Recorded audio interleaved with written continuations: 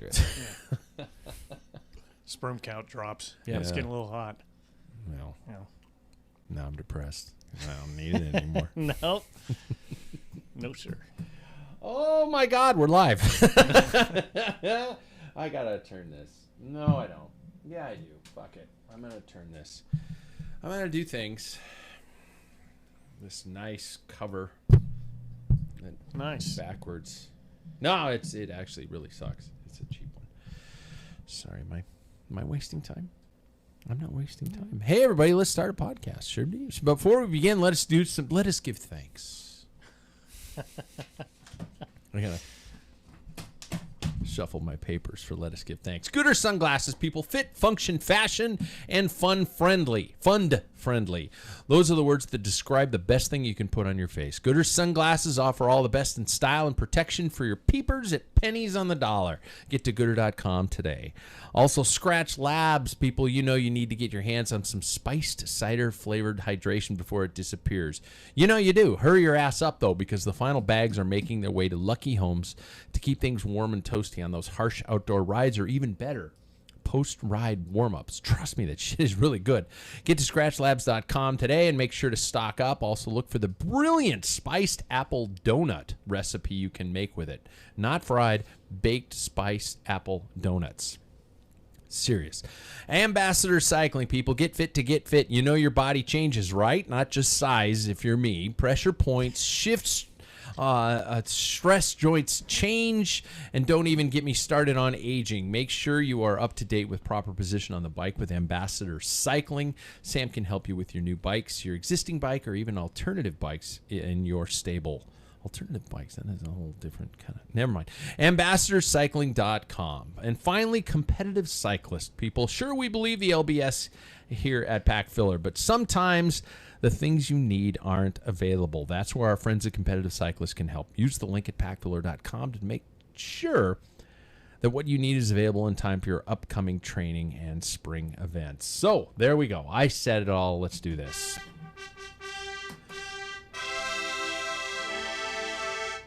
I might omit out the horns in the future. Do you think we're getting tired of the horns, or do we need it? We've got two members of royalty in here. Yeah. Very good point. Very good point. I was wondering why you were looking at your watch when you said that. I was like, for now? I mean, it's like something going to happen in the next 30 seconds. Should have cemented that window off. Yeah. Something coming through for you. They're coming in. They're storming the castle. Hey, can I say... Whatever. Can I say the studio bar just about there? Oh, God. I'm trying to read my own notes. I guess I'm saying, can I say the studio and bar are just about there? Welcome to another episode of the Packfiller Podcast, coming to you from... It's official. Coming to you from... Here it is. The upgraded and renamed Rim Break Bar within the Arrive Studios. So the entire entity and the other room is going to be a larger video-based studio for mechanical shit and stuff like that. So that's going to be another realm of the studios. So we're going to have multiple studios. So we're going to call the entity the Rim Break Studio. I mean, the Arrive Studios. But this is the Rim Break Bar, everybody. It won the votes, and Jackson looks like he's already upset. Yeah. He's not. Well, you can have disc brakes over where all the grease is. Yeah, I'm not touching the bar if it's rim brake. You know what we got to do is we got to maybe post on the door of shame some old school rim brakes. I've got some Campagnolo Nuevos that we can put I had up. Modolo Speedies, but I gave them away. I have a Modolo Speed. I have with a cork. Speed. They Yeah. didn't stop. No, they didn't. No, that Cork showed if you're a pads. man. You just grab and go, oh, fuck. And that was basically all whose they idea were that good was. for. Oh, yeah, they look cool. They though. didn't last long. No. Oh, weird. Yeah, Worked for terrible. Sean Kelly. Yeah, I did. But yeah, so I had to stop. I had to stop the theme in order to mention the official title name of it. I do want to thank, before I even get into the show, I want to thank some friends of mine who this flooring in here is a big help from some friends of mine over at Perspective LLC, Perspective Flooring. They gave me a little copy to read, and I'm going to do that right now because I got a scorching deal on this. As the owner of a sales agency for top commercial flooring manufacturers, they connect to products to people who work, live, play, learn, design, and install commercial flooring in the education, healthcare, corporate, hospitality, and government segments in eastern Washington, northern Idaho, and Montana. Big thanks to Heather and Grant at Perspective LLC, because without them, we'd still be on plywood. And installing this stuff was a lot of fun. It's like a workout room, rubber dense floor, and it's great because when Pulse breaks classes, they might just bounce back up. Just Make if sure we can only get the liquid to bounce, we might be good to go. So there we go. New walls, doors, flooring, and some equipment upgrades in the studio. Hence, we decided to throw the rename in, and it's so weird that the theme's not playing anymore, but I don't want to start it all over, so I'm not going to. We are preparing for a multitude of offerings in 2022, you guys, including some great video segments, monthly news and commentary, of course, the regular Packfiller podcast episodes, new interviews, collaborations with friends, and all the things that make up the two-wheeled lifestyle. Tell your friends, Packfiller's continuing to grow. Stay tuned. Put Packfiller on your home screen. You should just do that, don't you think? When people say, what the fuck is that? And you just go, whoa, let me sit down and tell you. Yeah. About these beer-drinking assholes who talk about bikes. We are live right now on YouTube, Vimeo, or Vimeo. I don't know what the fuck that name company is, and Facebook. So let's see who's with us. Howie, he's the reason the bar got his name. I wonder if he feels any pressure now. Let's welcome to the show, Paul Main. How are you, man? I'm doing all right. Yeah. How's the back, dude? Well, I went and saw Sam. Yay! Because Where's my bike bell? That's it, Yeah. right there. Yeah. He didn't want to fit me. He's already done that once, and he's yeah. like, "No, that was too much work." That's beyond help. Yeah. Some You things are a can't be lost fixed. cause. Yeah. So anyway, his boss Jeff worked on me first, and then the next day Sam came in and he gave me a bunch of exercises, and they seem to be helping. I'm still struggling a little bit, but before I was, wearing pajamas in the daytime and counting the afternoons with coffee spoons and T.S. Eliot. Oh my God, we're going on a Crash Test Dummies references tonight. So Nobody's I really that. was. I was laid up. I was laid up Oh, for last 2 weekends. I just stayed in bed the whole time. Shit. Yeah. But I'm walking around. I'm at work. Yeah. I just have a pinched nerve over there. So That's what it every once was. in a while- They decided pinch But nerve. I was having muscle spasms on top of that, and then Jesus. now because of great direction from Tailwind, Yeah. I don't have any spasms, but I can catch myself every once in a while because I get pretty complacent. It's like, oh, I'll reach for that. Whoa! Really? Boom. Yeah. Well, is there a timeline? Do you think, or is it When just it's better? Yeah. Yeah, that's it. Shit. Yeah. I finally said screw it, and hopped on the trainer yesterday and today. Yeah. Wow. So. God, there goes my window of opportunity. Second, he's our social media director, creative director, and the fastest guy in the room, Mr. Jackson Bulger. How are you, dude? Doing well, thanks. Yeah. Not a lot going on. That's about it. All right, there we go. Me, I'm the idiot who decided that podcasting would be a fun hobby back in 1999, and now look at me. Yeah. I put all the money into the studio like a dumb shit. I'm Pat Bulger. Hey, Jack's not here. Jack is in Hoquiam. I keep calling it Squim. Hokum. Hoquiam.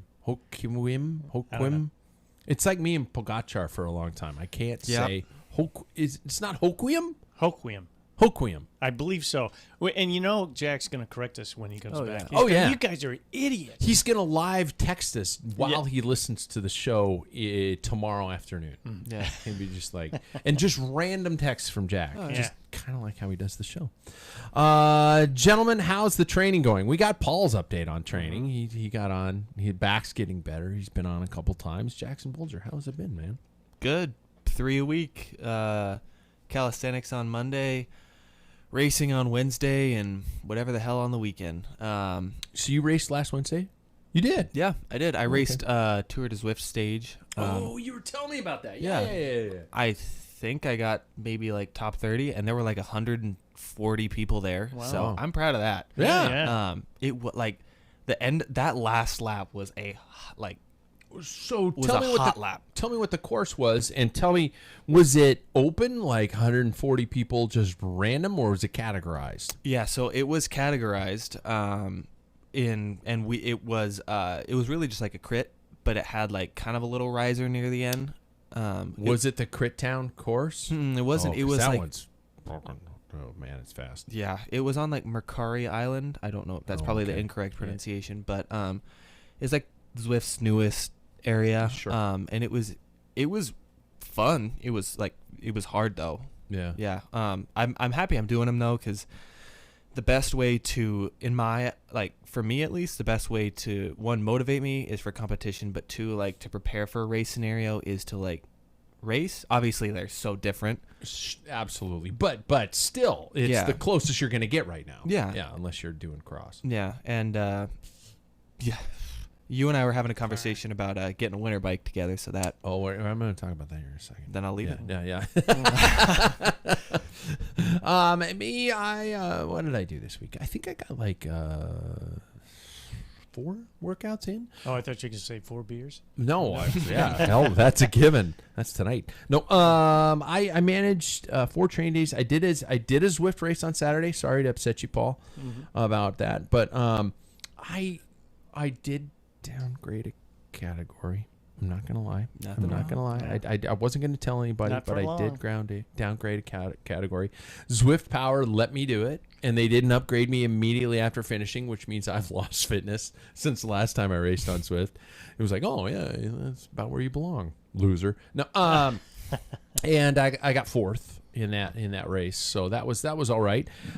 It was like you say, Jackson. It's kind of a nice way to get something in, I really love the system intervals and training things like that, but I did like the fact that in this race it was a 18-mile race, and I liked it. At a couple points I was just like, maybe I should just call it a day. I mean, I'm not, I fell off the lead of the group with the guys in the higher category. Maybe I just suck and I should just quit, which made me realize I was pushing myself hard enough.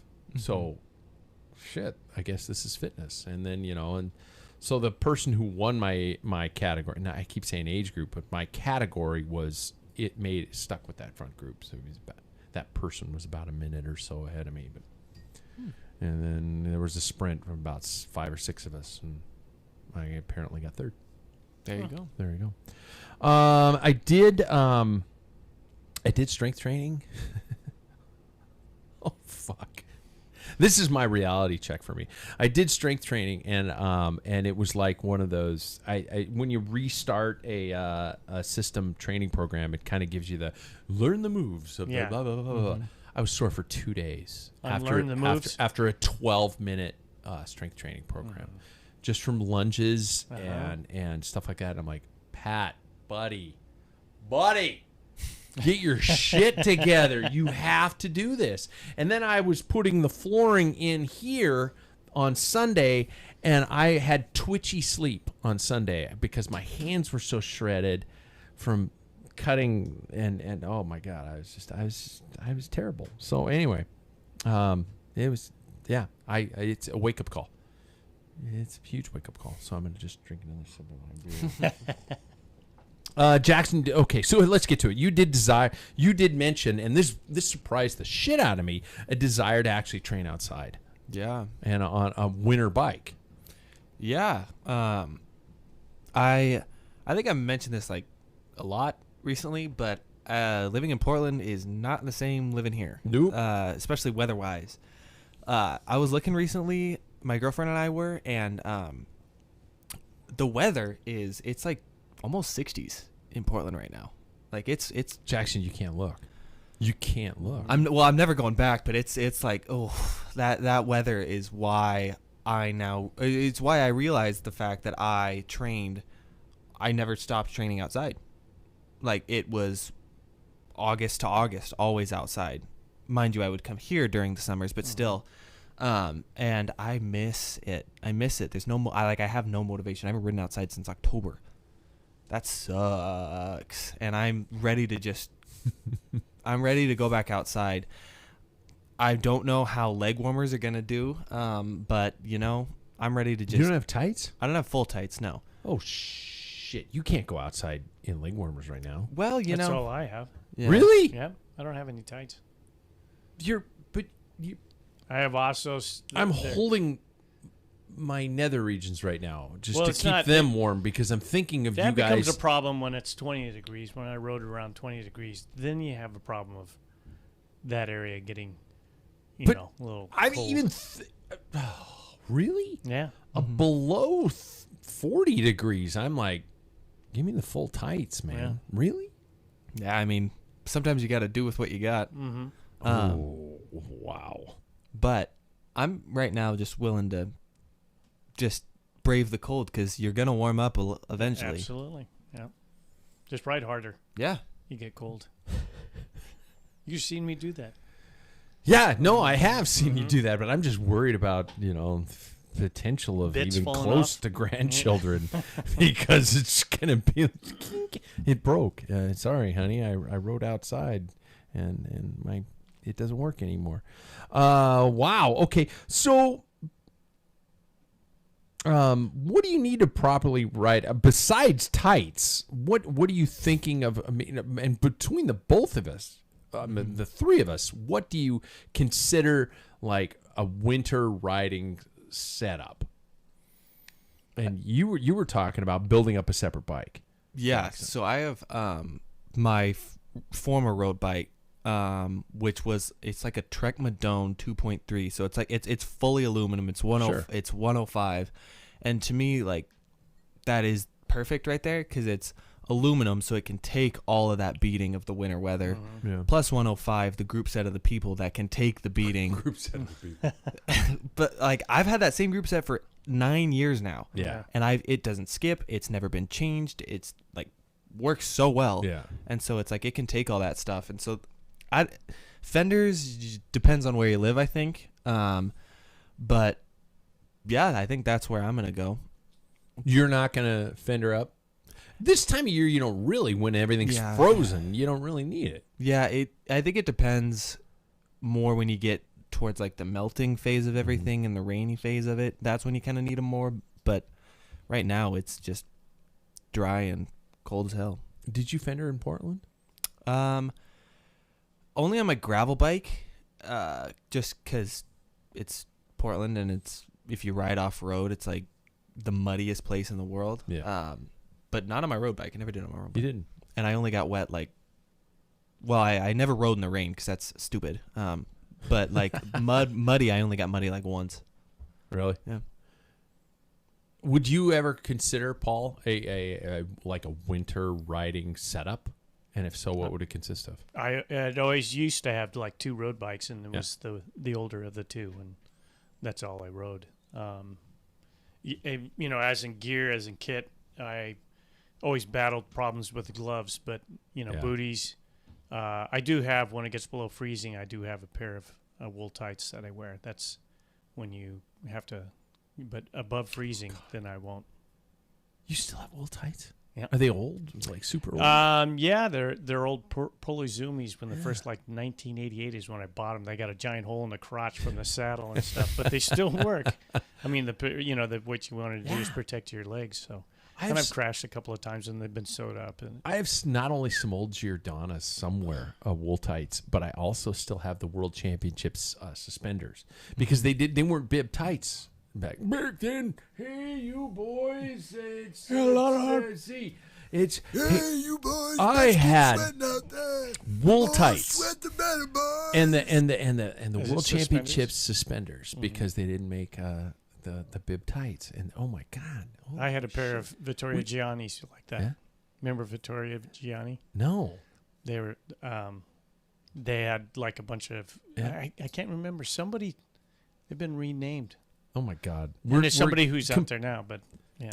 Anyway. yeah, Brent is telling us, right, yeah. and I actually completely agree with what he's saying. Best purchase I made was winter cycling shoes, especially where he lives. Yeah. In Jackson's monitoring the YouTube Yeah. feed, by the way. So yeah. In Vermont. yeah, I've see. Okay, this is a Wait, a specific winter cycling shoe. yeah, because yeah. there are some brands like 45 Degree North that make like winter CD shoes. always made some too. Yeah.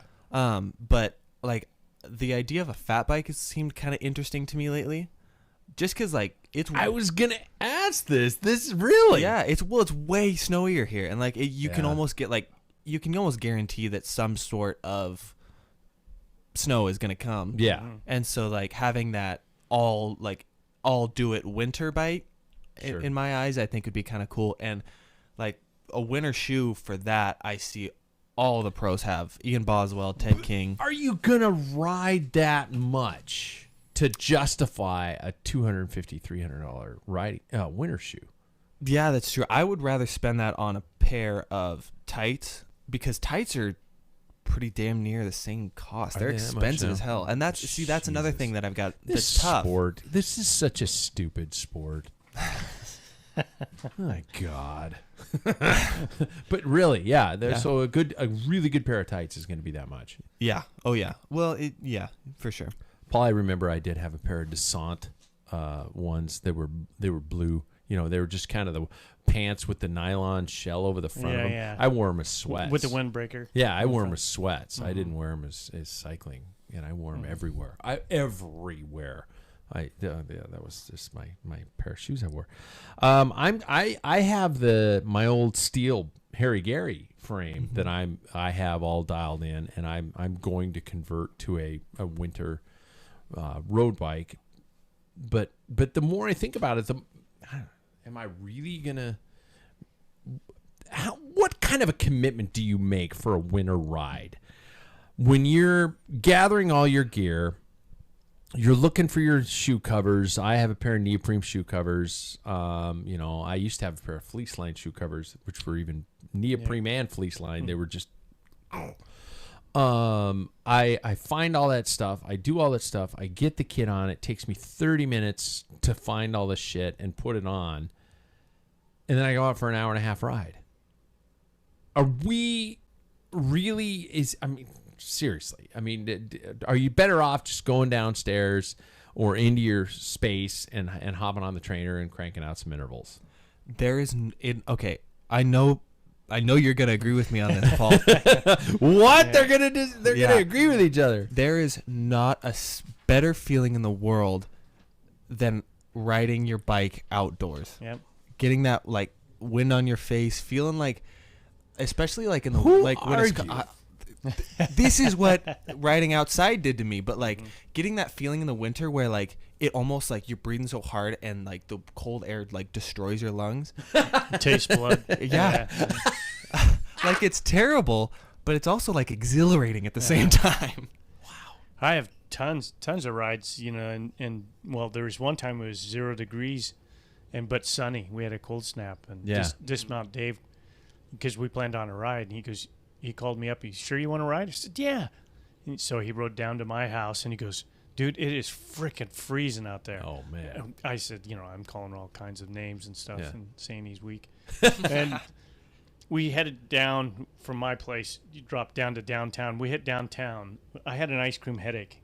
It was so cold, the descents. And I said, I got to warm up. Let's go up. We went up Monroe, which is, if you know Spokane, it's pretty steep. And I said, no, let's go home, have some coffee, and watch some cycling videos, and that's what we did. So what I'm saying is you put all this preparation and effort into a ride that lasted 20 plus minutes. Well, it didn't even last that long, but that was an extreme. Okay. Now, I've ridden many times at 20 degrees. If the pavement is gone, like if we hit a cold snap now, the roads are pretty cleaned off. Yeah. I mean, there isn't any water. It's dried. And I did tons and tons of rides, in my 20s and 30s all the time. And like Jackson was saying, there's nothing better. And Andre and a teammate and I went out, and we went out to Cheney, and we had snow coming, and it was blowing sideways, and we're out by Betts Road, which is outside of Cheney, and we had to stay, like he was on the center line, and I was right on the edge of the pavement, because we were blowing so bad, and the snow's coming. And he says, this is going to pay dividends. And And I just kept thinking, no one else is outside riding like this. And it wasn't an hour and a half. We were out there for 2.5 hours. But you get done, and you're freezing and stuff, and when you feel really accomplished something, that's almost like a 4-hour ride. In that cold in those conditions, your water bottle's frozen. Yeah. You know, there's. I mean, please. You don't want to drink. Please anyway, understand. so. My job on this show is obviously devil's advocate. My job is to just present the neutral question. You're kind of that way by nature, anyway. Well, yeah. I do remember my days at the Olympic Training Center back in the day where we would our bottles would freeze consistently, and our coaches would drive up alongside of us and hand us the most scalding red rose tea with so much honey in it that it just. Your teeth would fall out. Oh, it was the most wonderful thing in the world. Was it in a Just plastic drinking that. beat-on? Yeah, Pip's bottle. Yeah. Can you imagine that plastic? Oh, the amount of toxins I probably All the ingested BPA in back there? then. Yeah, exactly. Yeah, this is old stuff. amazing And that's sterile. and he would hand this to us, and we were in fixed gear back then too, because we were all yeah, that told was to the thought. ride fixed gear in the winter, and I was on like a oh my god, like a 42, 16, 42, something like that. In the drops. Yeah. Well, that was the other coach, but I wouldn't ride in the drops at the OTC. But I just remember the taste of that super thick honey drenched tea, and it was just, oh my god, it was good. Well, I know Ted King. He takes a hydro flask of like his Untapped maple ale. Oh, it's Ching, cute, that's ching. cute. Fine. Yeah. Nice job. Nice job. Nice job. Yeah. But yeah, he takes like a warm hydro flask of it because like temperature doesn't really like affect those like insulated bottles like that. Like the outside temperature Yeah. doesn't. And so he has that on like his fat bike and sometimes his It's gravel a really bike. good idea. Yeah. If you're willing to like, if you're willing to beat up a hydro flask, like taking like a metal water bottle like that. I'm completely ignorant on this, but I wonder if there is like a flask like the old man. I take my whiskey wherever I go. Yeah. That kind of a thermal flask you could take, like what we were supposed to do on New Year's Day. Where you could put 8 ounces or 10 ounces of it, and it would fit in your back, in your jersey pocket or something like that. Like almost like the hammer gel thing. a little bigger. Yeah, But I mean, my God, a shot of hot, like I'm saying this, Scratch, hot spice cider on a ride. It would be, oh my God, when you're freezing your nice. ass off, and just a belt of that would be really Yeah. good. No, fuck it, maybe just a whiskey shot would probably be good too. Wake you right up. Would. Yeah. Would. Fuck it. I'm just gonna get drunk on my ride. So yeah, would you, Paul? Would you consider a fat bike if somebody handed you one? I tried them a couple of times. Yeah. I'm not. That's just going to take too much room. That I would not use it often enough to justify the cost. Somebody gave somebody me one. handed you one. Yeah. Yeah. Where? I guess Where? so. Where would I ride I it? remember. He who shall be named in a second, Roger. Roger, I remember telling me that he would go out there and hammer the road in the winter and just slow ride going. the road. Yeah, but it's it's still time on the saddle. Yeah. But yeah. Well, I do it with the old 26-inch wheel mountain bikes. We used to, back in the day, Your without Serrata, suspension. Well, and I had a Fuji back then. No, I had a Hakuiku. Oh, Gary Fisher. Gary Fisher. Hakuiku. Yeah. And we'd go out to like Comstock Park. It was just totally flat, and we would like create a kind of a crick course, and we'd like, end up bumping each other.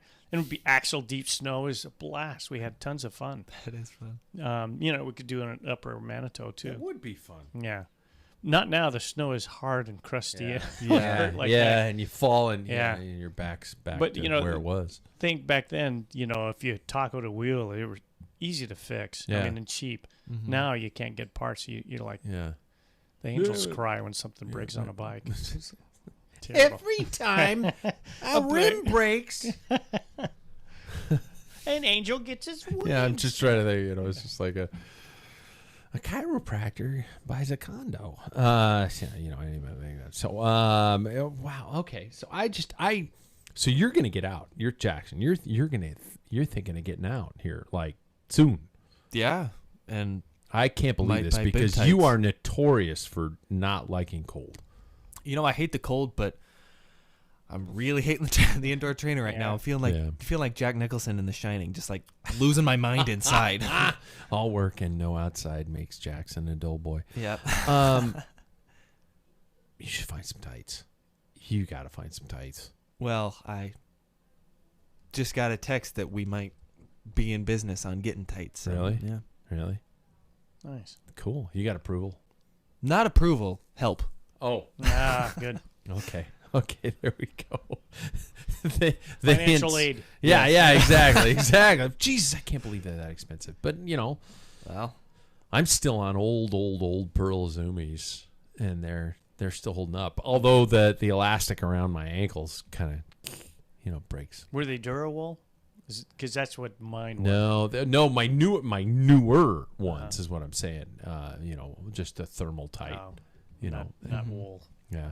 By the way, can we just stray away from tights and that word and terms like that? But are we just screwed to forever be made fun of by Republican tight ass redneck guys? Oh, you put your tights on there, man. I don't know. It's just Do a parade. yeah. Well, why don't you dance for me, Side pretty boy? cabriole. Yeah, it just drives me crazy. So anyway, I should get to the news, should I? I should get to the news. Where's my news intro? That's my news intro. I'm not gonna say it. Yeah, you will.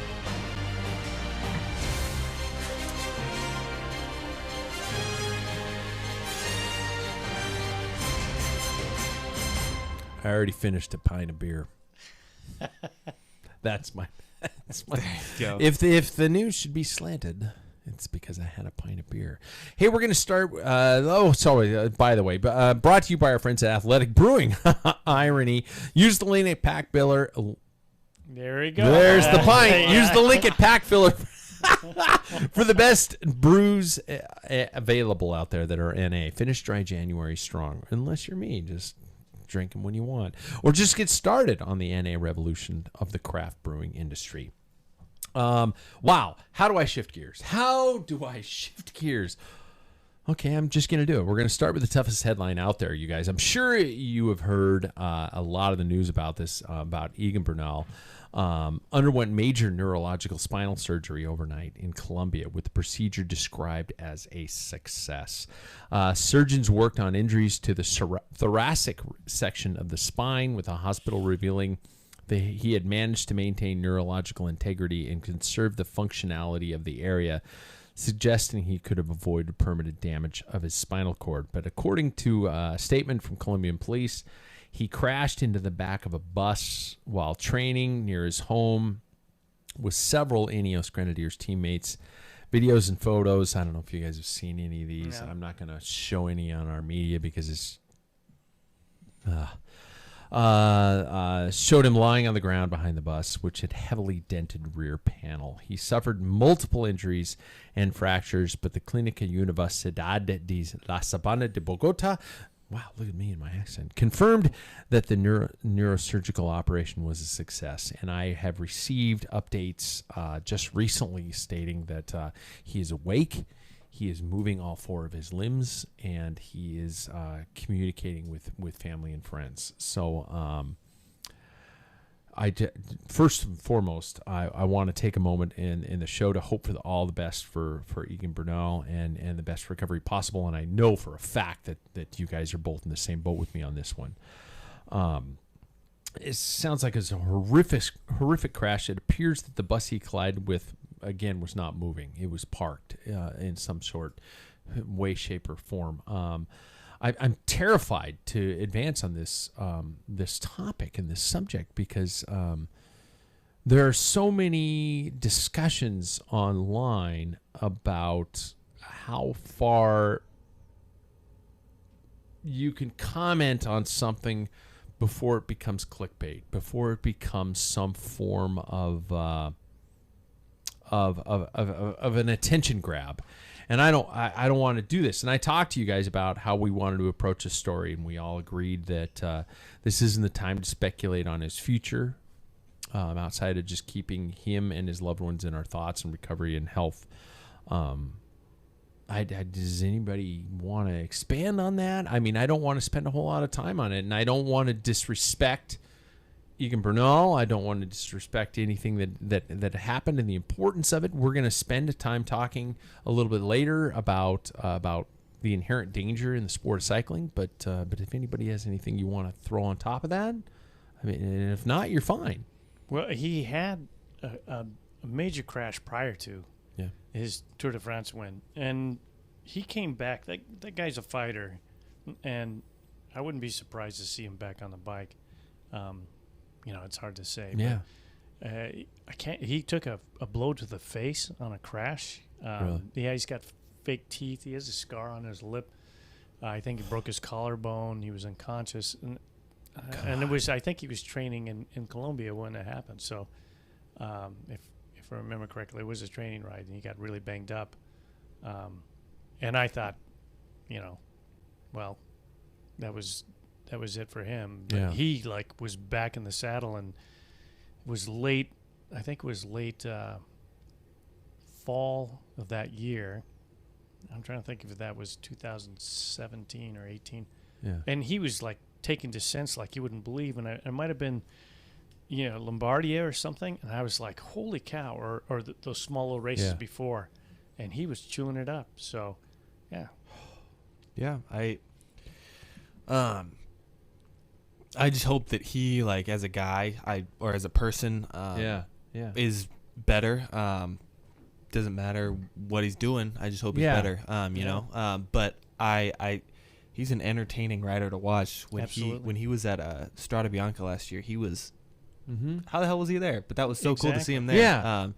So like I said, or like Paul said, he's a fighter. So I'm excited to see him back. Yeah.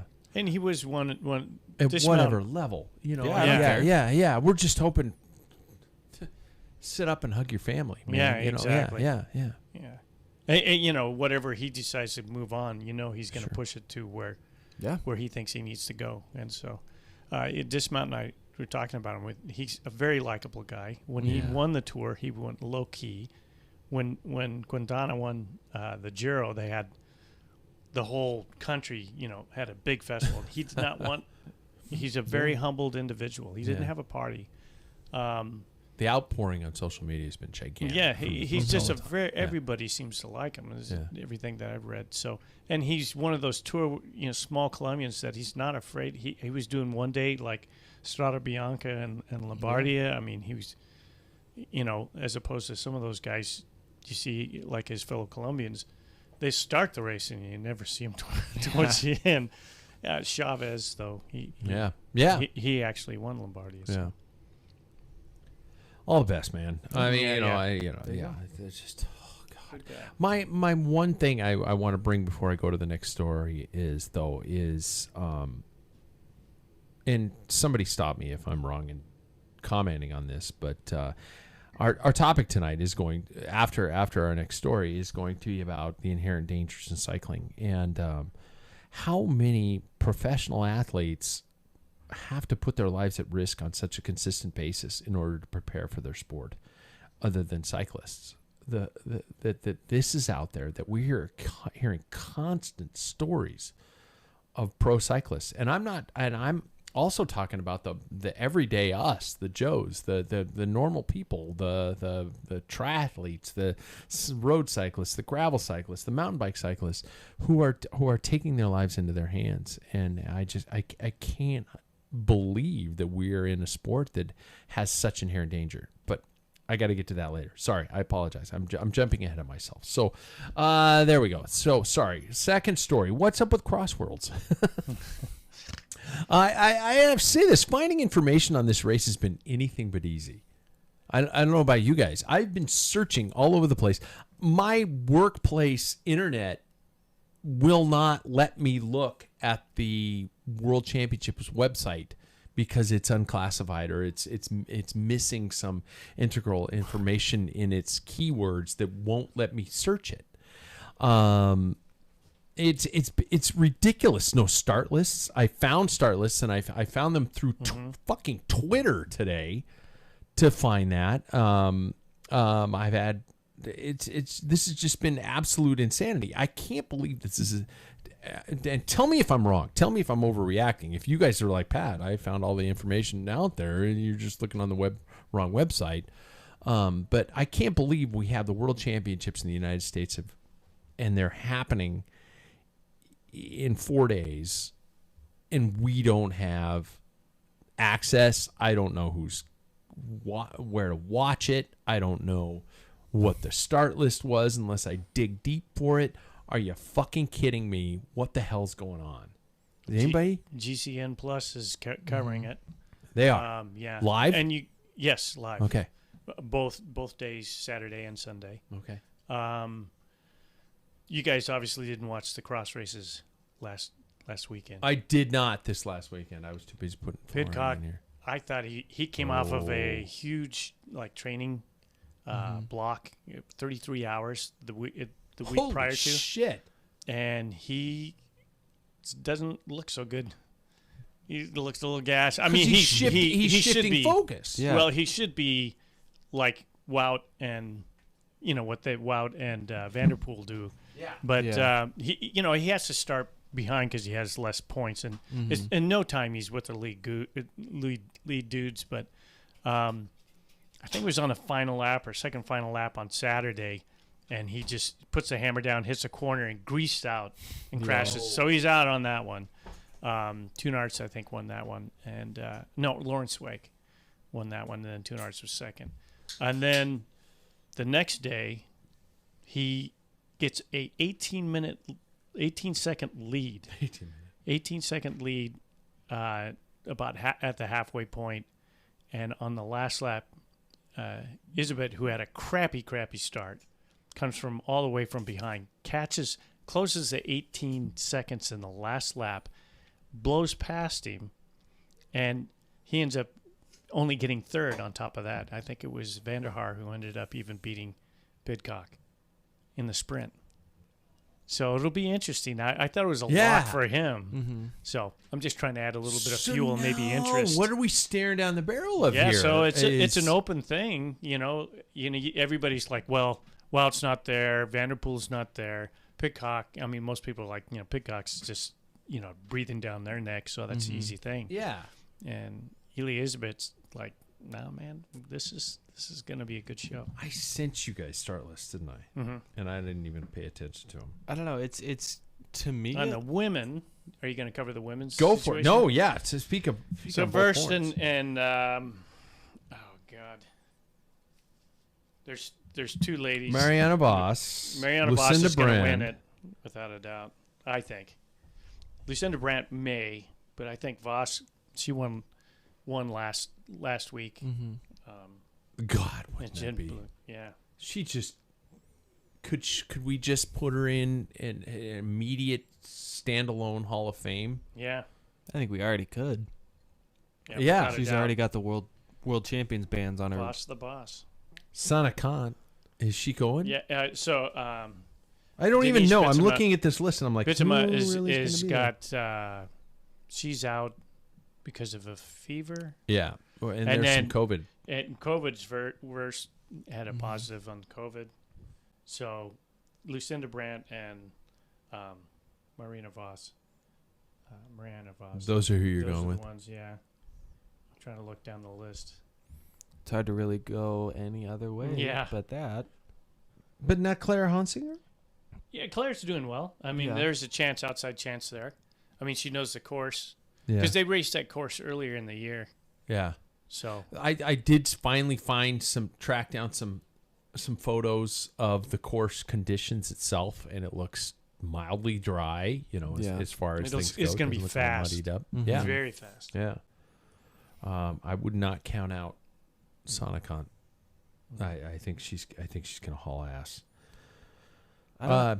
Guys want to pick one or two riders? Should we go women For the first? women? Yeah. Sure. I'll go Voss first, and then I'll do Lucinda Brandt second. Okay. Uh-oh. The exact same. I'm gonna fuck around. I'm gonna just because I have to because that's what I always do, and I I'll always say get third, Clara. Well, you can't. I told you two riders. All I'm right, picking all right. Clara Honsinger, and I'm gonna pick Sonic Hunt because I think she could do something. I think she's. Man, you kidding me? Do not count her out. Gentlemen, what are we looking at? What are some big names? Iserbit, Tunarts. I'm looking at a Vanderhaar, tentative start line. Van Kessel. Harriman's won when it was in when they raced it earlier this year. Harriman's did really well. Yeah. He won. That's really well.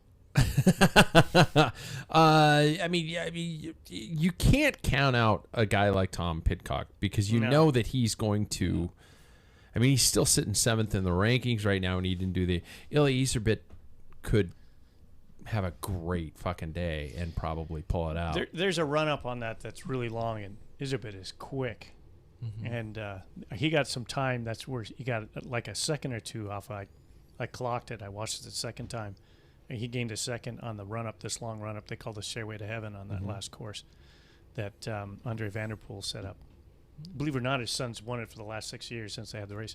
So, so anyway, I think Iserbit ended up like gaining a second just on the stairs.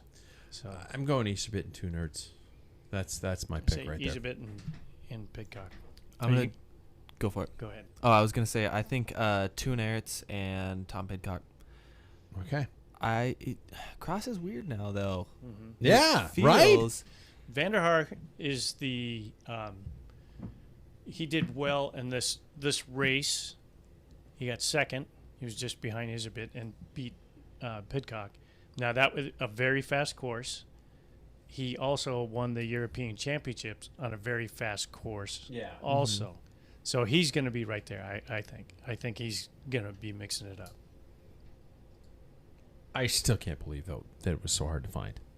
Yeah. I mean, I was looking on Cyclocross Magazine's website, and there was very little detail. It's just, come on. I'm actually looking forward to this race. I'm really I'm looking in. I'm in. Mm-hmm. Yeah. I think Cross is like, I think I'm excited to watch it and everything. But to me, Cross is starting to get to a point where who the hell cares? Yeah. Which, like, Really? A lot of people what feel makes that you way, say though. that? Well, it No, worries what me a makes you little. say that? It worries me a little bit because ultimately, like, it's such a short season, and when it's around, like the big names are starting to say, "Oh, I don't care anymore," and so we're starting to see the riders themselves not even care, which to me worries me a little bit because when like your biggest names, like for instance, why do people go and watch? Or why does Cristiano Ronaldo make so much money for a team?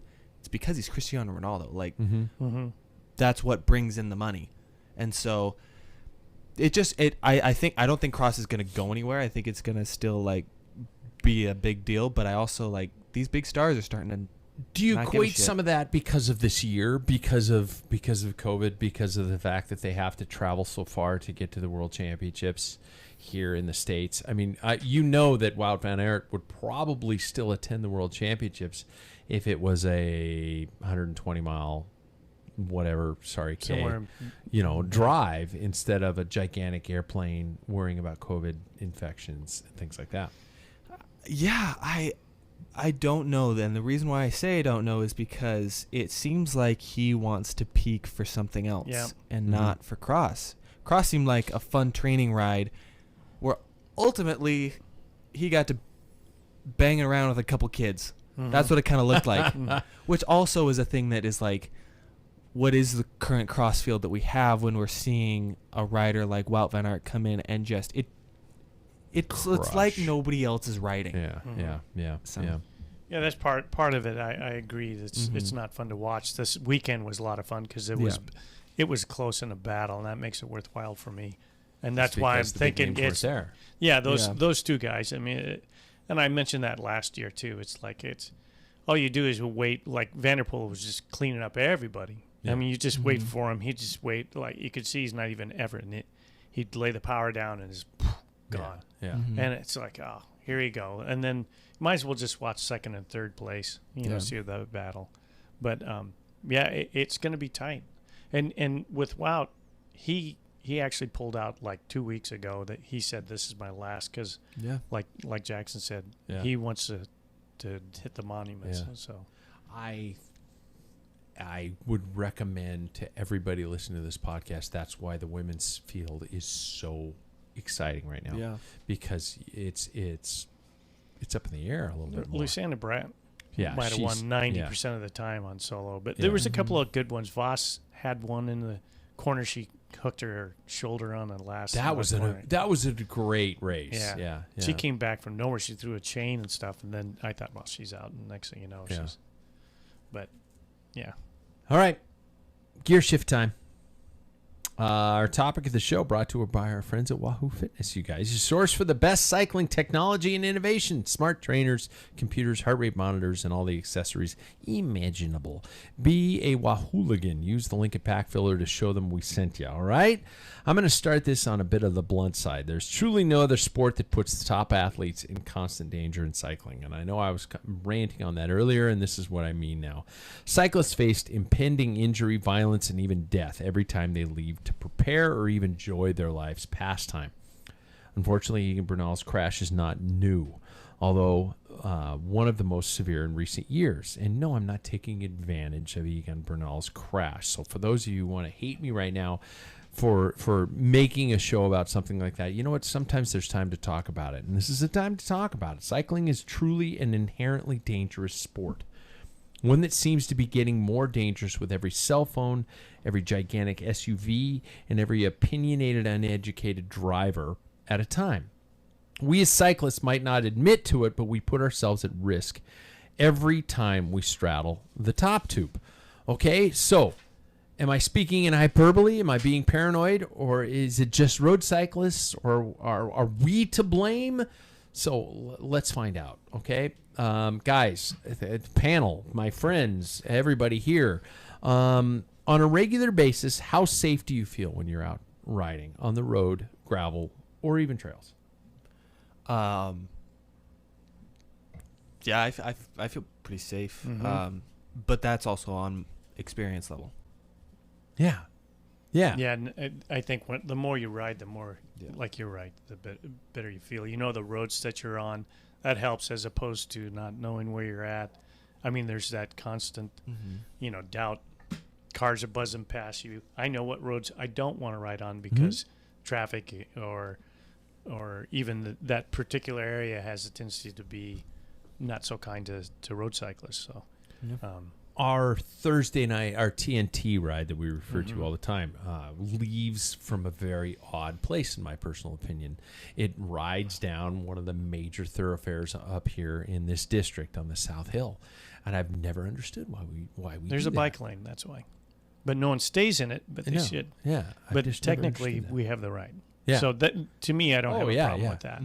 It'd be better than. I don't think there's another way to get off the hill. That's probably the best way because once we turn and go down the hill, I agree with that. But do you associate your level of safety with where you live? I mean, the city in which we live and the city in which we ride. I do. Yeah. I've never had great success. I don't think Northern Idaho is a great place for me to ride bikes. My experience. And it's not, which is funny because that's more remote, and I I first brought this up, I was thinking about more concentrated urban cities, and things like that. But and again, there might be the factor that I don't really know the roads all that well. Sure, they have a tendency to be and when you get out a little bit, like the roads that we like to ride in, not in traffic, the roads are usually a nasty chip seal. They're very narrow, hardly any shoulders. There's some people who don't like to drive the speed limit in Washington too. Maybe I've picked the wrong spot, and people from Idaho going, "You're an idiot." Yeah, but I've had no success on Northern Idaho. I don't look forward to doing that. Jackson is somebody who's come from a more obviously a major metropolitan to here. Do you associate your safety levels with one or over the other? I don't know if I really associate it with the place I live. You're going to have good and bad drivers across the globe. Like I said before, I more base it off of like my experience level. I don't trust a driver. There's not like one driver in the world that I like besides like the people that I know, but out on a ride, nobody is safe to me. So, and that's how I took it in Portland, You get used to riding on highways because that's the only place you can ride. And so, it's just that comfort level with being close to cars on our TNT ride. I feel safer in the road than probably others do, just because I have been in situations where there have been no bike lanes and you have to be in the middle of the road, and one way or another you're gonna have to figure out how to cope with that. And that's why I feel safe, is just because my comfort level, and I know, and I feel like Paul and I have talked about this on a ride, you have this sixth sense, like as a cyclist, of when you feel like something's not right. You as they say in the Spider-Man movies, you have that Peter tingle. Where you feel the hair stand up on the back of your neck, and you know that, oh, this car is going to cut it close. You can look at a car and know what they're going to do before they know what they're going to do. And so it's that personal experience that I've kind of like created over the years that just makes me feel the safest. Michelle, my wife, just came back from Hawaii, and she said, "Oh my God, you should next year. I'm going to go back, and you should come with me, and you should bring your bike." And she said, however, I'm concerned because most of the people here are in tourist mode, and they're either looking at their GPS or they're looking at the scenery. And it made me think even more, and especially with the incidents that happened over the last 24 hours, made me think about the fact that how much of our existence we're placing in the hands of other people. Just going out, I can go out in my car. I can go out and drive around anywhere I want, and I know that I'm 99% of the time going to be okay. But if I go out on my bike, there's all of a sudden this impending doom element of somebody who's just looking, who wants to take an Instagram picture, and I'm dead, and I don't come home to my family. How common are close calls on your rides, in your experiences? And what do you define as a close call? In traffic or on gravel? I mean, I'm not.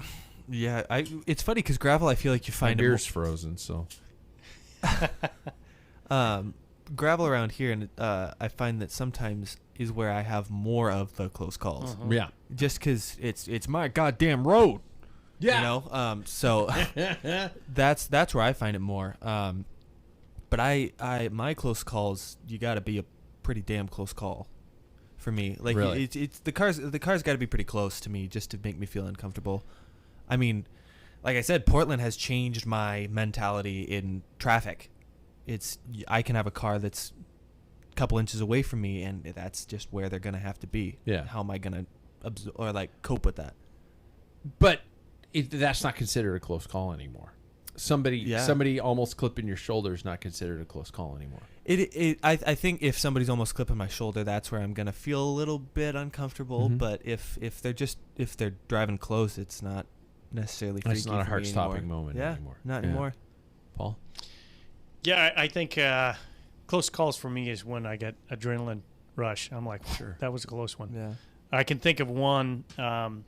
Evil Mark Kanoki. Yeah. And CP and I were going up 4 mounds. And 4 mounds, if you're going up the hill, is not that bad. This guy was coming down in this mid-'80s Camaro, flying down there. And he is starting to slide into us. And I thought, oh, my gosh. Yeah. We are dead because his line was right towards us. And his tires grabbed right at the last second. And, we just continued riding. Of course, CP's like, that was scary. Yeah. It was. You just kept going. Yeah, kept riding. Have we become desensitized? I think CP threw some language his way. Oh, sure. Yeah. Fair enough. I mean, that's how we. Yeah. I don't think he heard it, but it helped CP. Have we become desensitized to this, where we're almost accustomed to threats on our lives on a regular basis?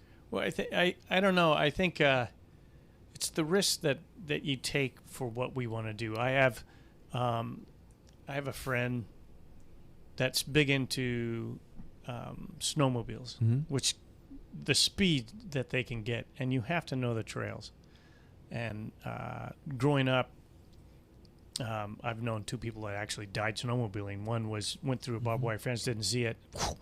Oh, shit. Decapitated. So. Oh my God. Yeah. So it's there is rules of the road, and even snowmobile, whatever you're doing, downhill skiing. there's you can run right into a tree.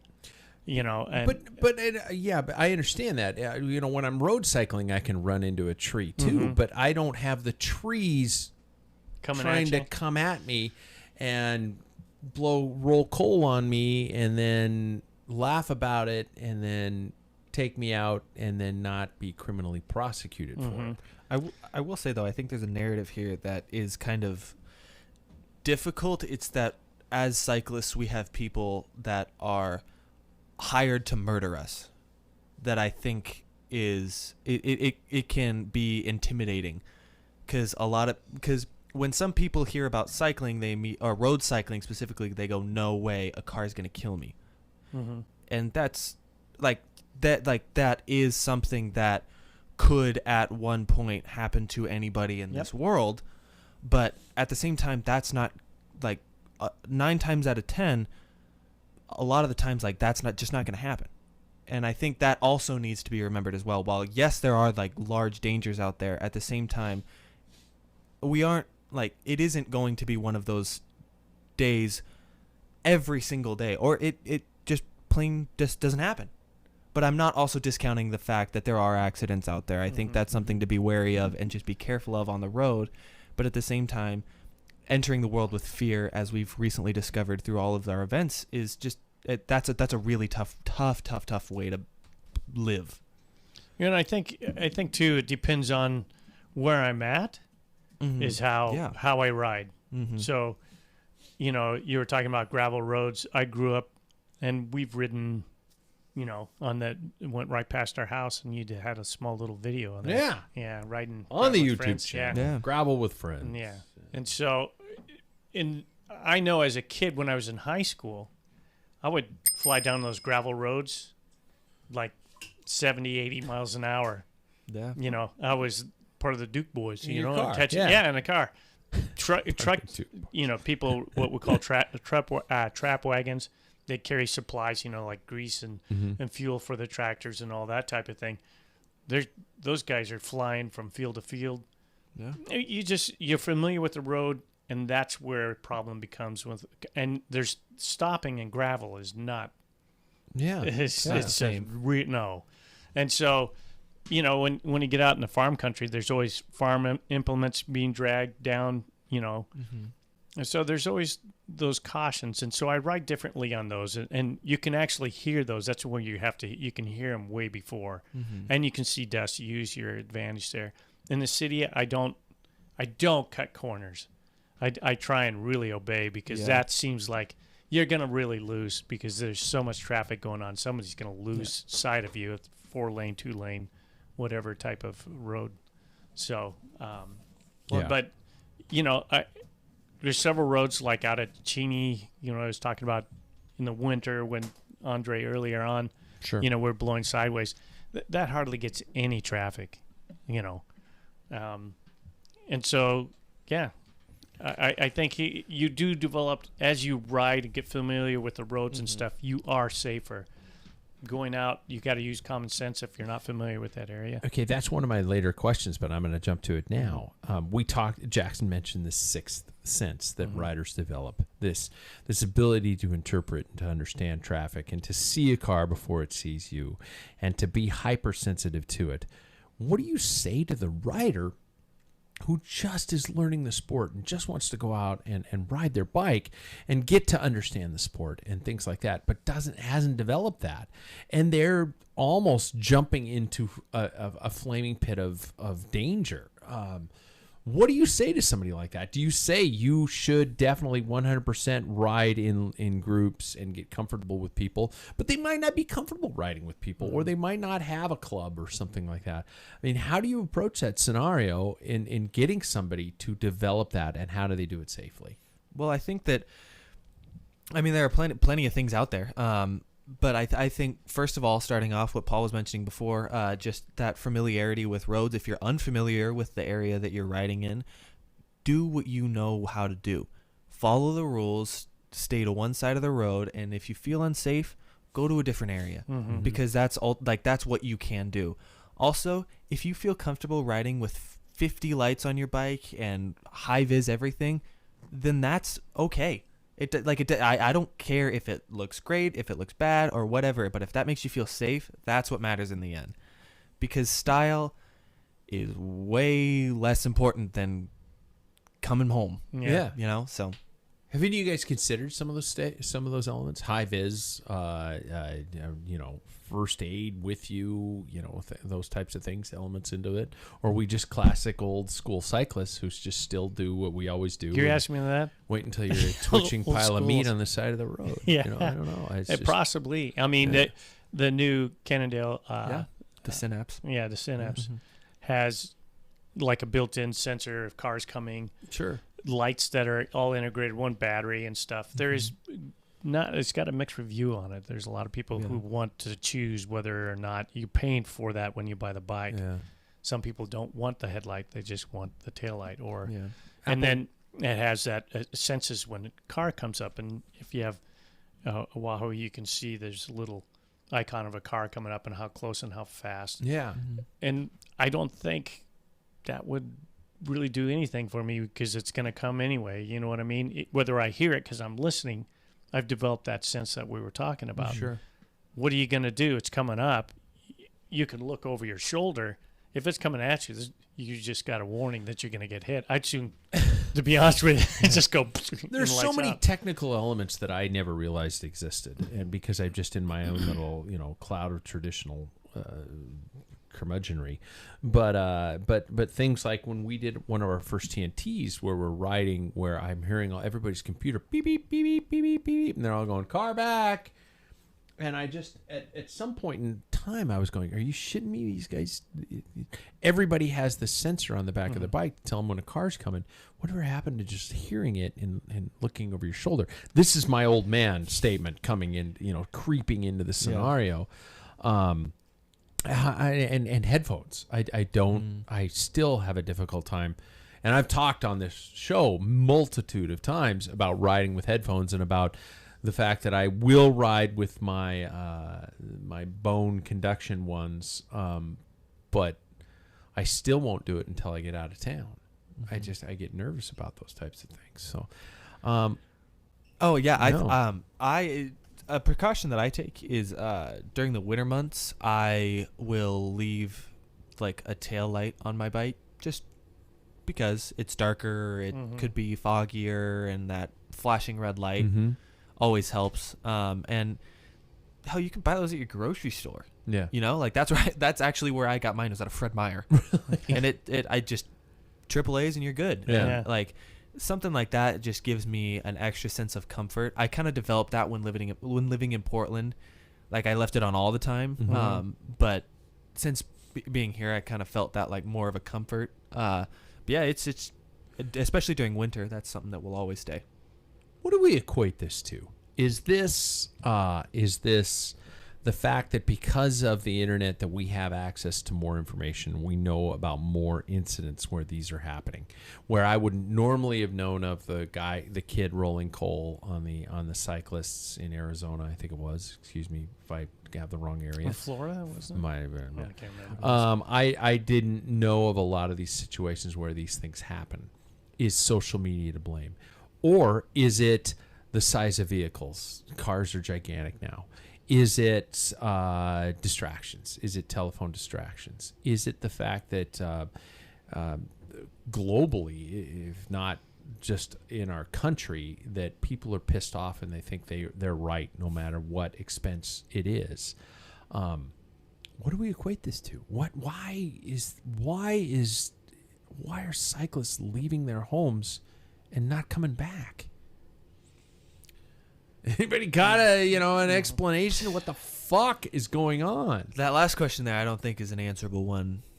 Yeah. From this table, unfortunately, I think that takes quite a bit of deliberation, which is tough, because that's a big question with a lot of big answers. But I think the reason why I take my precautions, at least, is not because I'm scared, not because I've seen this on social media, and I do think that we now see a lot more on social media. We know what's going on in a lot of other places, and that can be both good and bad. But I take these precautions just because when I own a car, and I drive, and so when I'm out and I see people with lights and I see how effective they are, to me, I think, gosh, that's great that I saw them because of their lights. Why don't I do that for other drivers as well? Just to make it not a life or death scenario, but just to make it easier on everybody. If I take that extra step, and I'm not saying everybody has to take that extra step, but for me personally, I feel as if I take that extra step, it could make a driver be like, oh, that's a cyclist who wants to be seen. Maybe I'll keep an eye out for other ones. Because, like, I think on the roads, like, it can be, like, the roads can be such a volatile place. It's kind of funny because we live in such, like, a regulated, like, world, but it feels like when you're on the road, it's like the Wild West a little bit. And so I think, like, anything that can make, like, a better image or a better name for the community that I include myself in is I will do anything for that. Is it our responsibility to help drivers understand? Is there a way for drivers to learn to respect cyclists? Do we have to go out of our way to either not ride on super busy roads, or to get out of the way whenever possible? Do we have to be overly caring? I don't know about you guys. I don't ride on bike paths if it's a concerned path most of the time, because there's like a 15 mile an hour speed limit, and you got parents and kids pushing strollers on those things, and I won't ride on those things. Yeah. So where do we belong, and how do we convince the community that we belong there? I don't know if there's any convincing at all, especially the temperament of society nowadays. It's so polar and everything. Everybody's got an opinion, and nobody understands why the other people are there or doing this or think that way. But as long as I have the legal right and I feel safe, I'm going to continue to do it. And that's all I can say. And I'm with you when it comes to bike paths. Late fall, winter, if there's not ice, because there's usually going to be ice on bike paths, that's the only time I hit those. They're just too busy once the weather starts cracking, and it's not fair to them. And it's not fun for me to come up on a group, and you can see them, and everybody wanders. I mean, they're training their kid or teaching their kid how to ride a bike and stuff. And so their kid looks back and looks at you, so they swerve in front of you, because that's just the natural tendency. Reaction. Yeah. And you don't want to come by somebody walking a stroller or with their kids. You don't want to come by them going full speed, because you're an asshole if you do that. You are an asshole if you do that. And I wish education would be, because of the state law says we can now, in the state of Washington, we can ride two abreast, as long as we're not impeding traffic. Well, what is impedement? Impedement, if I recall, and I could be wrong, is 5 or more cars behind you. Then we have to do something if we're backing it up. Yeah. Most people don't have the patience for that, around here. And the other one is that recently a new law is that we don't have to come to a complete stop at a stop sign. Yeah. So as long as it's safe. Yeah. But that's, that still is pissing people off. Yeah.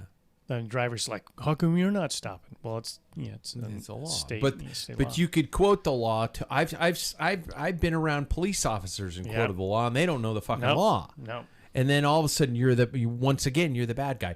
Or I could put on my headstone, I was right, but a car still hit me, and I'm fucking dead. So it's and how many times have we read about stories that have said, bicycle accident. He was on a ride, and he it was the cyclist's accident. No, a car fucking killed him.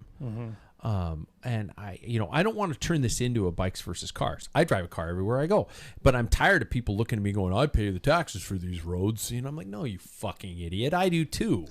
I'm just out here on my bike right now. Oh, by the way, I paid taxes for these roads too. So I wish I understood and empathy is so hard when people are unwilling to empathize with you and understand that that person you desperately need to pass to get your cigarettes and fucking newspaper on a Saturday morning has a life and a family at home. And I'm getting riled up if you can't tell. But this just infuriates me that our lives are in the hands of somebody who desperately needs to make an Instagram post or something like that. And there's no educational program in driver's ed or advertising or marketing program that exists globally that just says, 3 feet or share the road or those types of things, that even if a driver hears it once or twice when they're not paying attention, it might help a little bit and ingrain into the head of something like that, so we don't have these situations where our friends are deciding to just switch to Zwift full time or something like that. Because I know we have riders in our community who have said, "Fuck it, I'm riding Zwift." Mm-hmm. I think it's important to remember that there are a lot of dangers, and that is something that shouldn't really be forgotten. But at the same time, like, remember what we were talking about earlier. Like, there is no better feeling in the world than going out on your bike and riding outside. Because I get such a thrill from being outside with everybody and just having fun, because it is such a special feeling. And it can be scary sometimes because maybe a car comes too close and maybe they yell at you, and that is for the first time, that is a freaky feeling. Mm-hmm. But it's a wonderful sport that can just, I don't know, I'm at a loss of words because I have so much care for it.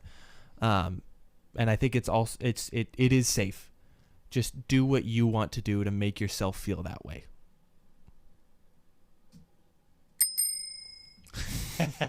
Perfectly said, man. You brought me out of my Pats being full of bullshit and all grumpy and sad and pissed off all the time. Because I am. Yard. Yeah. I find myself getting into this, and it's just, not again. No, God, not again. And I gotta get off social media. That's the problem. Yeah, let's end with some fun, shall we, you guys? We established this. We did our research before the show today, and let's end with some fun. Thanks to our friends at Mojo Cyclery. Speaking of local bike shops, Spokane Valley, Washington, the home for all things gravel. They also sell a bunch of other beautiful cruising, absolute works of art, including Jackson's current road bike. Thanks to our friends at Mojo Cyclery, mojocyclery.com. Look them up at Spokane Valley, Washington. If you do not live in Spokane, you know what? Go to your local bike shop. We're going to rate the 2022 kits.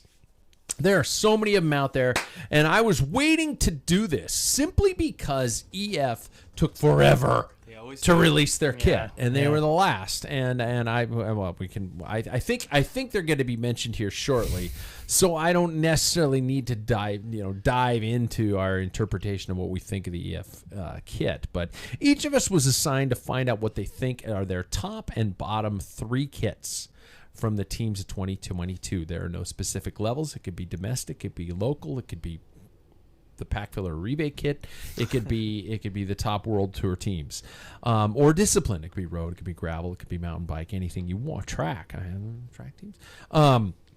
So for those of you following along, you might have to Google along with us to see what we're talking about, but I have a pretty good idea. You probably already have seen them, and it can agree or disagree accordingly. So your top 3, gentlemen, and why? Does anybody want to go first with their top 3 kits and why? Going from third to, should we all do third? I'll do second. I'll do first. Should we just do it that way? That's kind of a fun way to do it.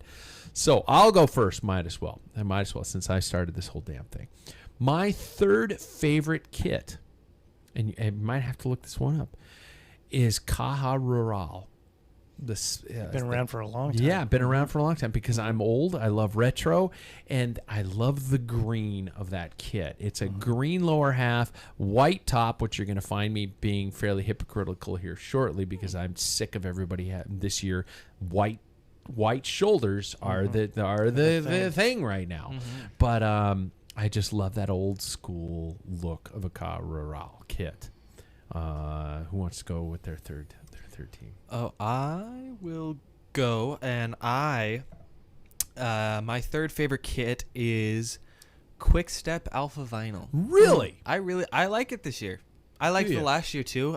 But the white shoulders again. Yeah. And yeah, I think it looks pretty good. Plus, I kind of like Castelli stuff. Do So, you really? I do. You're brand specific. Yeah. Is it? That's interesting. Why you would associate a design with a brand? It's not really the design necessarily. I like the Castelli Packfiller kit that we had, so I like how that works. I also think that the little scorpion fits well because they have red in their kit as well, so it doesn't look like why is this weird scorpion logo ties here? in. Yeah, Okay. works well. Okay. Paul? I have at third the Canyon SRAM women's team. Have you seen that? Oh, It is. Yeah. Yeah, I like it. There's a little bit hesitation because they have the Flora like busy. diamonds on it. Yeah, It's it's a busy. little bit Yeah. too busy, but I think it's pretty cool still. I mean, I liked it enough to rank it because I thought it was unique. Nobody's done anything like that before. I didn't mention enough of the women's teams. The SD Works team kit I really like. Sorry if I'm ruining somebody else's second or first, but Nope. I like the SD Works. The kit too. FDJ, FDJ the women's team, it's not like they're not connected, but No. that kit is really cool with Yeah. like the red on the shoulder. Yeah. I like that a lot too. I agree.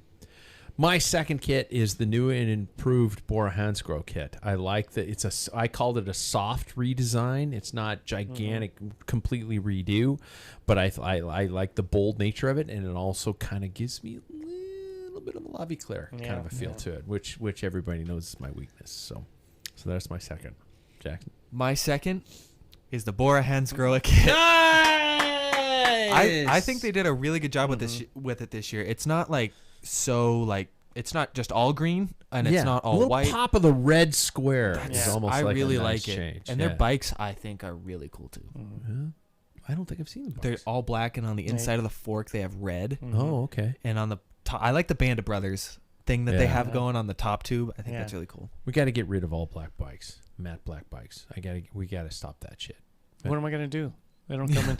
That's all I have. Yeah, exactly. Mine's orange. Yeah. Oh yeah. So Paul, you're second. Believe it or not, I picked Bora. No. Yeah.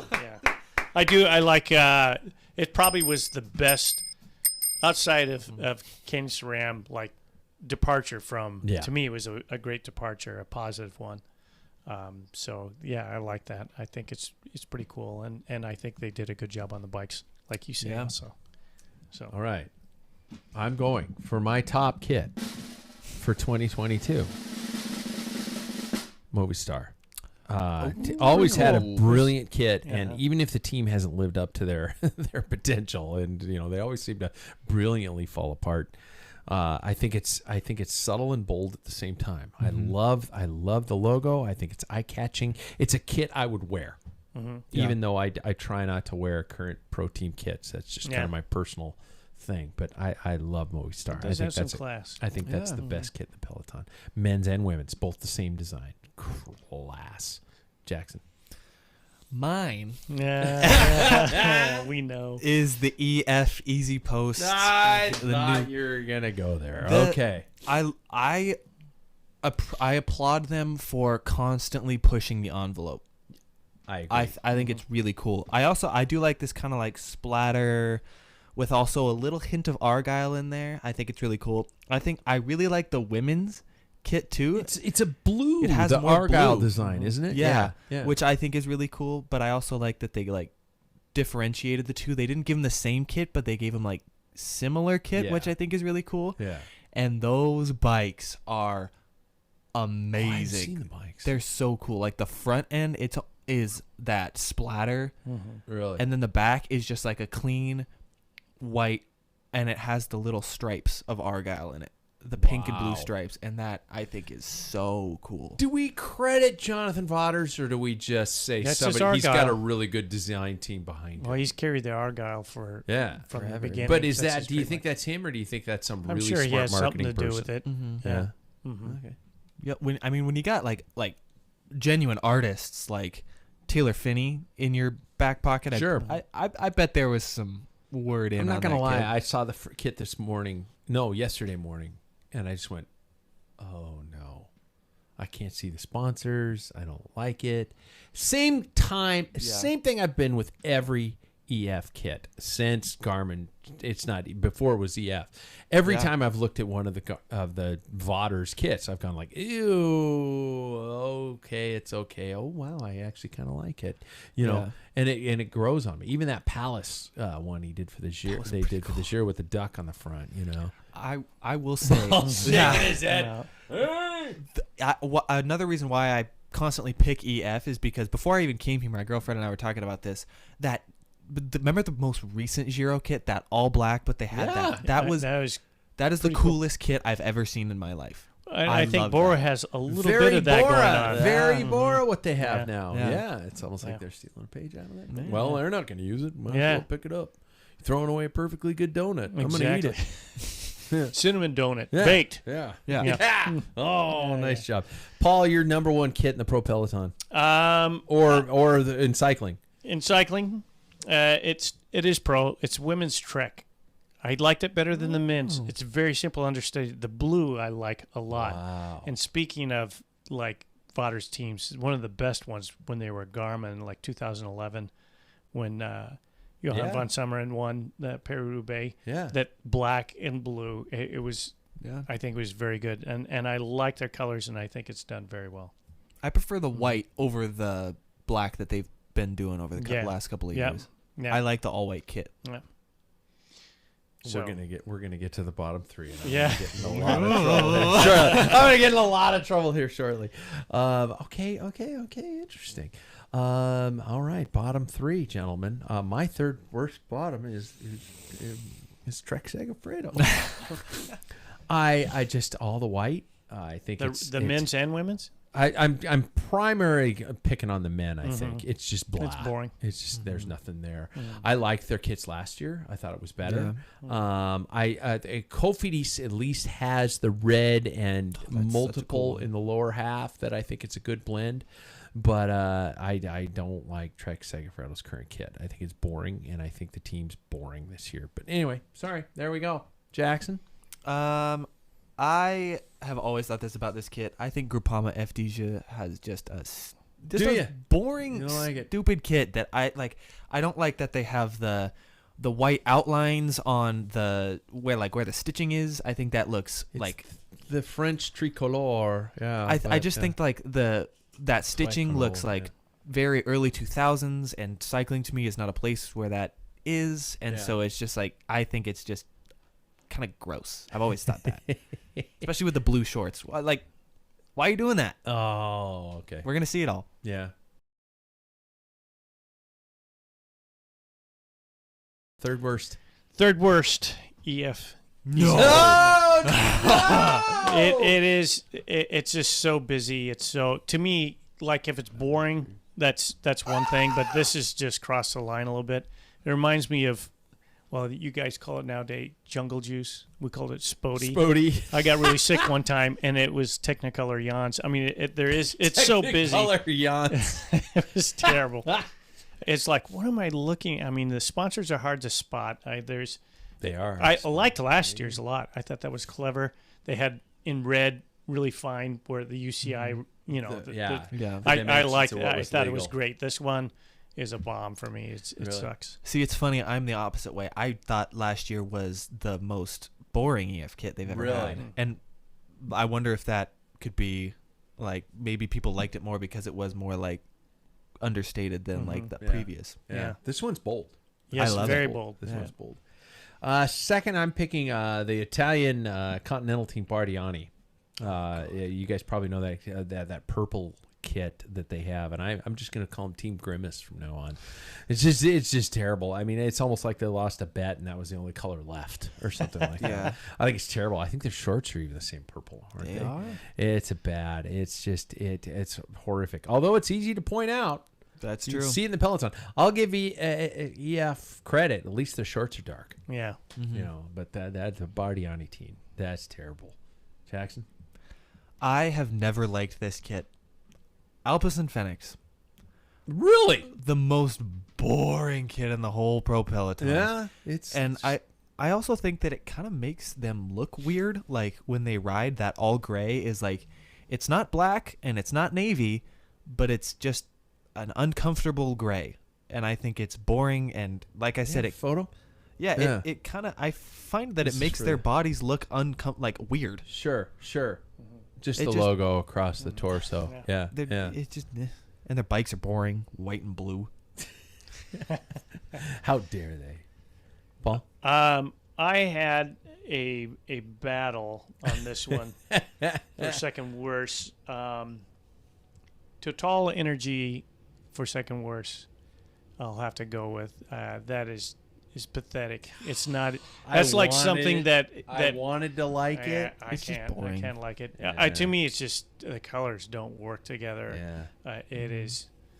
It's like I a mean, unicorn. it's painful. Looks like Yeah, a unicorn it'd shit be on the one- bottom of your jersey. Like a local Yeah. club that I joined. I'm like, I gotta ride with this for a Yeah. freaking year. I Yeah. mean, that's how disappointing it would be to me. So Yeah, I agree. yeah, I didn't like that. I'm at not a all. fan either. And my top shit kit is and I'm probably being too harsh on him because it's the color means something to the team, but I still don't like Astana. I've just hate. Maybe it's because I don't like the team, but just that color, it's too much. It's like the helmets, the bikes, the jerseys, it's all through, and it's just like I don't like it. And Nibali's back there, and I just reason for me to not root for Nibali. I don't like the team, and I associate the team with the color. I was teetering on that. But I think I found one worse. And it has that same stupid stitching thing that I hated with FDJ. Why is Bike Exchange such an ugly kit this year? It is. Really? And I think the helmets, I don't know what it is, but Who does their helmets? It's not Scotch. Giants. Oh. But Hey, the- Karsten? yeah, the helmets on these make them look stupid, I Really? think. And the blue shorts. Why are you doing that, man? Why Yeah. like I'm still a fan of dark shorts. Yeah, like- I just don't. and the uncomfortable like fade up Yeah. just looks weird, and I That don't was know. that was my battle between EF and that Yeah. one. But EF caught me. The more I looked at it, no. Yeah. It was not good. Your worst kit, Paul. My worst kit. It is Intermarché. Oh, really? That thing is like Yeah, never that's looked pretty good. true. They haven't done anything, and it's just plastered with. the And it's hard same because one. they're a Belgian team. Yeah. So it's Yeah. but and And they're, you kind of want to root for them because they're I do, underdogs. yeah, they're huge underdogs, but their kit is just They get it's Christoph. just too much. Yeah. It is just awful. they got Christoph. Yeah. Christoph's Yeah. riding for Yep. him. Yeah. Yeah. This is make or break for him. Yeah. Okay, before we finish off the kits, I do have to ask your personal opinion. They've been around forever. Age Désert, the brown shorts. What are your thoughts on the brown shorts? Have you just grown to like them? Are they disgusting? Do they look like poop pants? I think Poopy that pants. I don't mind them anymore, I don't either. Me either. but I At first, I remember looking at them going, fucking brown? Yeah. but I will show a little disrespect their way for keeping the same damn kit.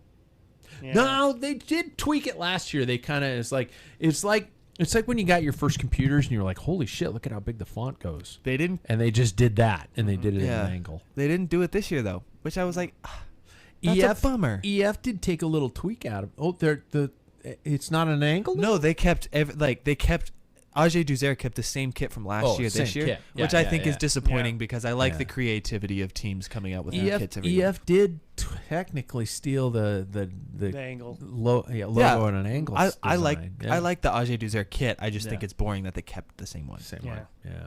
Well, It's a just meh. worked. That, Meh. Yeah. It doesn't do Yeah, middle of the road. It's not offensive. Yeah, It's not a total energy. kind of like the results. Mhm. Yeah, meh. Yeah, Yeah. not gonna happen. All right. So there we go. If you agree with us or disagree with us, bring it. Some of you guys were commenting on the YouTubes, and that was nice. Hey, Brent, by the way, Yeah. good to hear from Brent. of 'em. Brent's been on the show before. It's nice to hear. If you have questions, comments, ideas, or want to play along, be sure to follow us on social media as well as catch us live right here Tuesdays at 6 o'clock Pacific, belling up to the Rim Break Bar. God, Jackson's still pouting. So there we go. Right here, Tuesday, 6 o'clock. Stay safe, you guys. Big thoughts to Egan Bernal and his family and loved ones, and we'll catch up with you guys next week. Thanks, everybody.